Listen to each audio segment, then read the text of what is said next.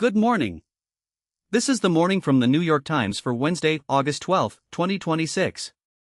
I'm Matthew Cullen, and we have a full briefing ahead.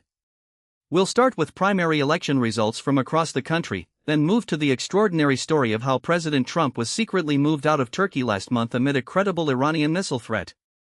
We'll hear about the new Patriot games in Ohio, catch up on the latest developments in politics, the Middle East, and around the world, and then look up at the sky for today's total solar eclipse and tonight's Perseid meteor shower. We'll also dip into the opinion pages, the morning reads, today's number, sports, a recipe, a retro romance that turned out to be fiction, and a few recommendations and games to round things out. Let's begin with the elections. Yesterday, voters in several states went to the polls, and there were some genuine surprises. In Wisconsin, David Crowley, the Milwaukee County executive and a moderate, won the Democratic nomination for governor in a stunning upset. 4 months, polls had shown Francesca Hahn, a chef, state lawmaker, and Democratic socialist, with a commanding double-digit lead. But a late surge in the final days of the race, combined with an endorsement from Governor Tony Evers and a fundraising advantage in July, carried Crowley to a narrow victory.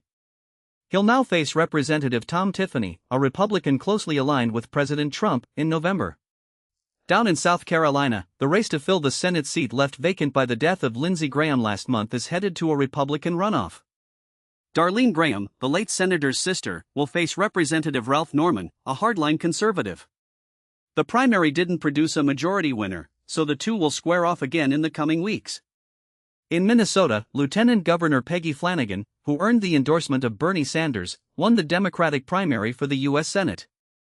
She'll take on Michelle Tafoya, a former NFL sideline reporter, in the general election. And in the Republican gubernatorial primary there, Lisa DeMuth, the Speaker of the Minnesota House, defeated MyPillow CEO and Trump ally Mike Lindell. DeMuth will challenge Senator Amy Klobuchar in November.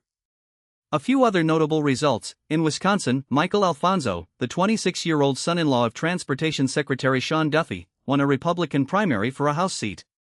And in Connecticut, longtime Congressman John Larson, 78, was unseated by Luke Bronin, 47, in a Democratic primary that centered largely on the question of age. Now, from the ballot box to a story that reads like a spy thriller. Last month, after the NATO summit in Turkey, President Trump executed a covert departure that has only now come to light. The public story was that Trump would leave on an older version of Air Force One, the powder blue 747, rather than the luxury 747-8 donated by Qatar that he'd arrived on. He even walked up the stairs on the left side of the plane and waved to the cameras. But it was all a ruse.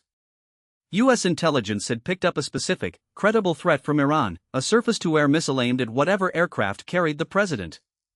There were multiple streams of intelligence, including a sighting of someone with a shoulder-fired missile near the summit. So a small group of top officials, including Defense Secretary Pete Hegseth, devised a plan straight out of Sun Tzu: let your plans be dark and impenetrable as night. While reporters and other officials boarded the left side of the older Air Force One, a catering container, a truck with a giant metal box on rising stilts, was parked on the right.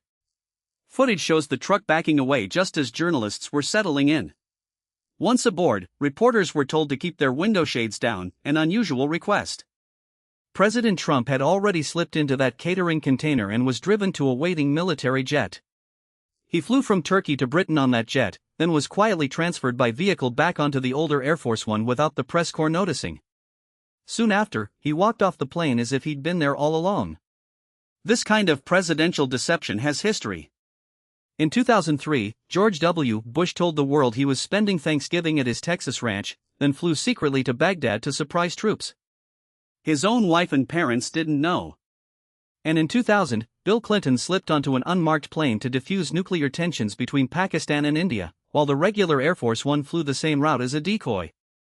I was surprised to learn yesterday that Clinton, too, once used a catering container to leave Air Force One during a trip to Finland. But there's a crucial difference this time, as Peter Baker writes. In previous deceptions, the press corps wasn't on the decoy plane. This time, they were. The reporters and government employees aboard that older Air Force One believed they were flying alongside the president. In reality, they had been turned into unknowing bait, human shields, as one former press secretary put it, for a potential Iranian strike.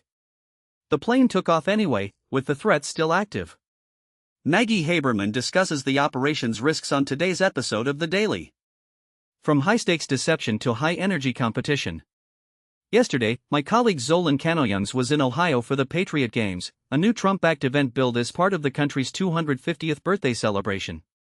Picture Ninja Warrior meets high school sports meets a MAGA rally.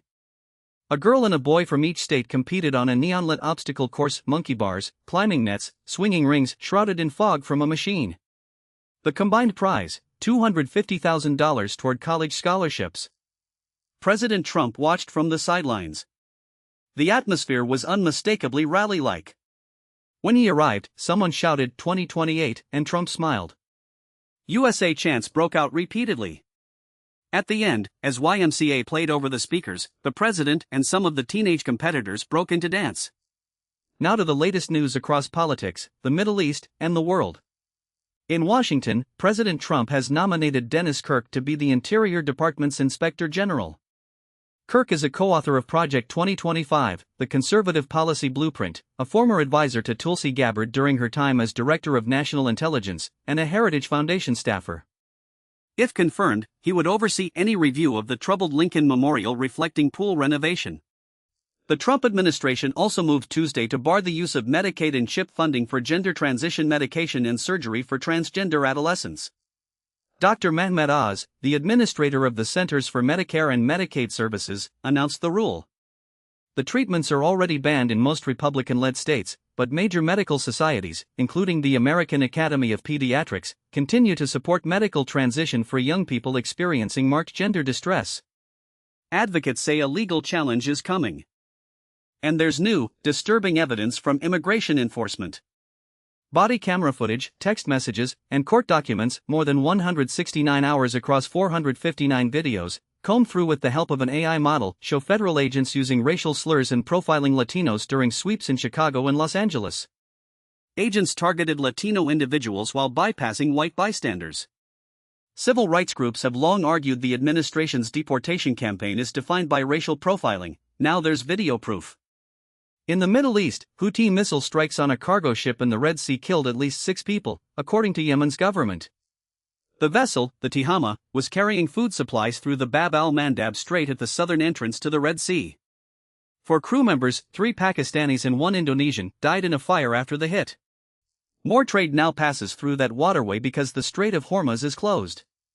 Meanwhile, Iran is adapting and improving its attack strategy as the U.S. supply of interceptors dwindles. Over 5 intense days last month, Iran launched waves of drones and advanced missiles that can suddenly change course at 3 U.S. bases in Jordan, burning through scarce Patriot interceptors. On the 5th day, July 17, a missile broke through and struck prefabricated housing, killing 3 U.S. soldiers and wounding more. Around the world, a powerful earthquake struck Colombia's Pacific Coast region shortly after 7:30 Monday morning, the strongest in a decade. By Tuesday, at least 181 people were confirmed dead, and more than 1,500 residential buildings were damaged. The epicenter was in a less populous rural area, which may have blunted the toll.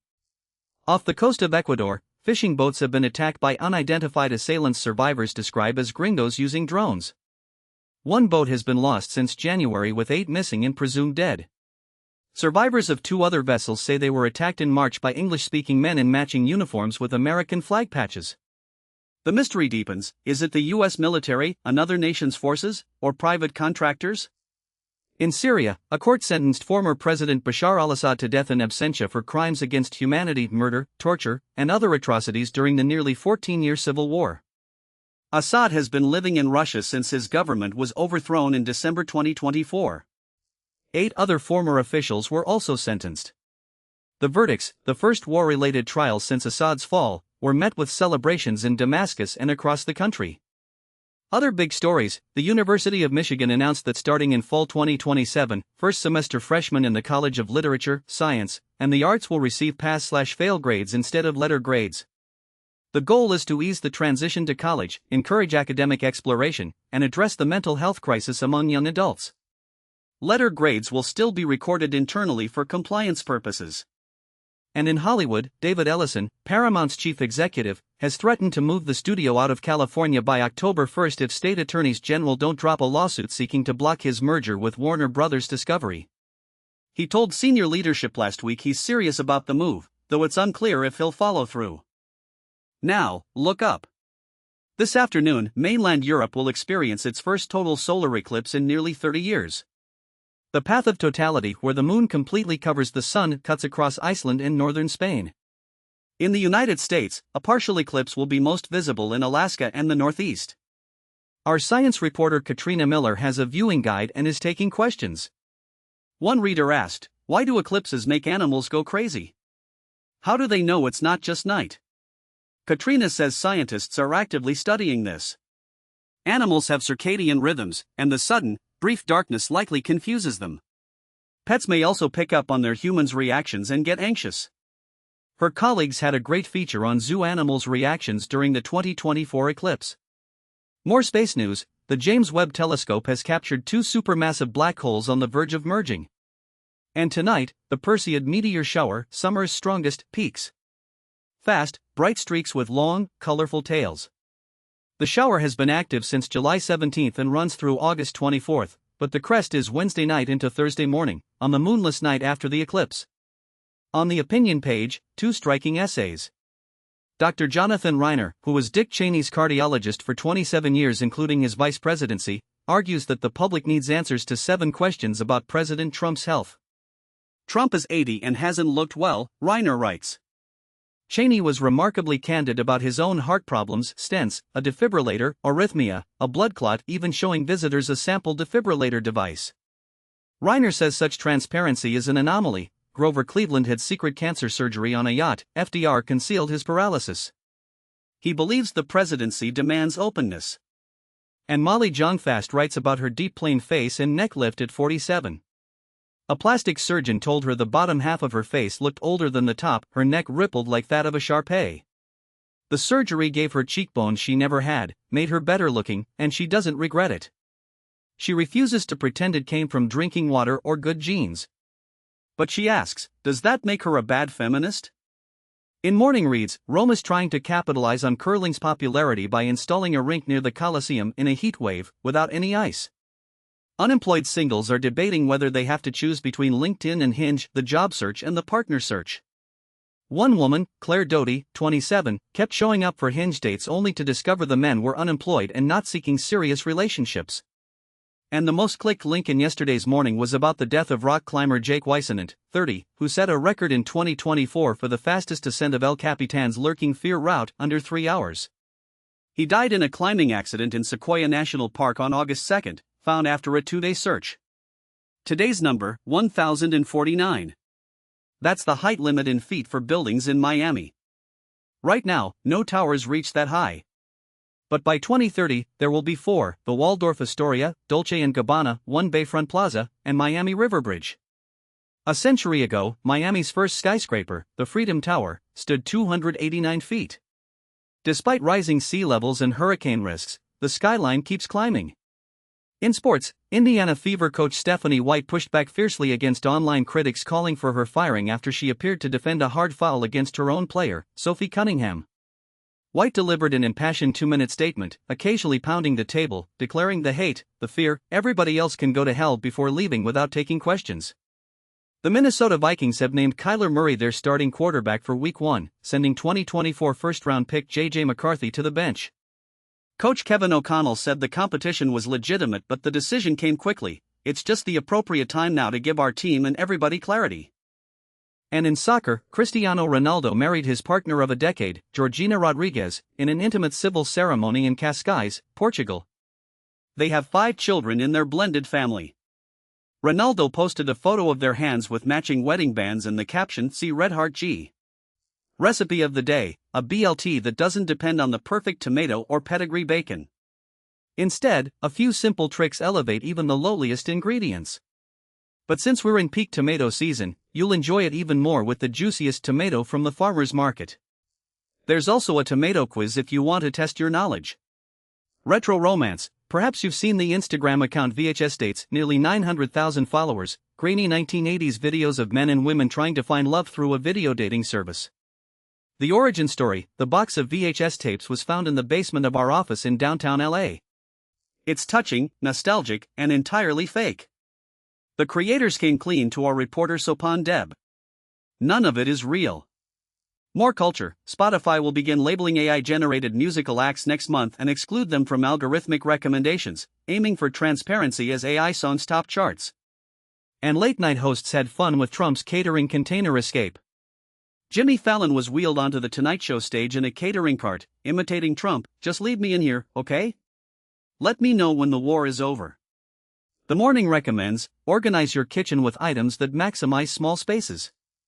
And go to bed at the same time every night. Sleep consistency, meaning bedtime and wake up within 30 minutes, even on weekends, can improve your health.